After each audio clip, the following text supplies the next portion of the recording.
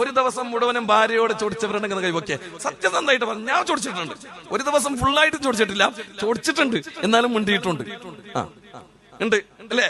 ഞാൻ ചോദിക്കട്ടെ, അന്ന് പുരയിലുണ്ടാകുമ്പോ രാവിലത്തെ നാസ്ത തരാതെന്നോ? ഇല്ല.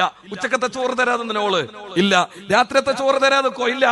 ഓള് മിണ്ടൂല എങ്കിലും മക്കളോട് ഇങ്ങനെ കൊടുത്തിട്ട് പറയും, ഇത് ഉപ്പൊക്കെ കൊണ്ടുപോയി കൊടുക്കുമോളെ, ഇതാടെ കൊണ്ടുപോയി വെക്കുമോളെ, ഉപ്പ് തിന്നോട്ടെ, ഉപ്പ കഴിച്ചോട്ടെ.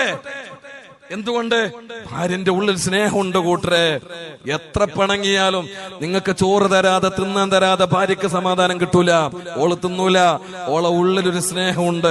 അത് മനസ്സിലാക്കാൻ ക്രൂരനായ വൃത്തികെട്ട സ്വഭാവമുള്ള നമ്മുടെ ഈ മനസ്സ് സമ്മതിച്ചിട്ടില്ല എന്നുള്ളതാണ്. അതുകൊണ്ട് മരിക്കുന്നത് വരെ നാട്ടാരെ കൊണ്ട് നല്ലത് പറയിപ്പിക്കാൻ നല്ലതല്ല, ഭാര്യയെ കൊണ്ട് പറയിപ്പിക്കാൻ കഴിയണം.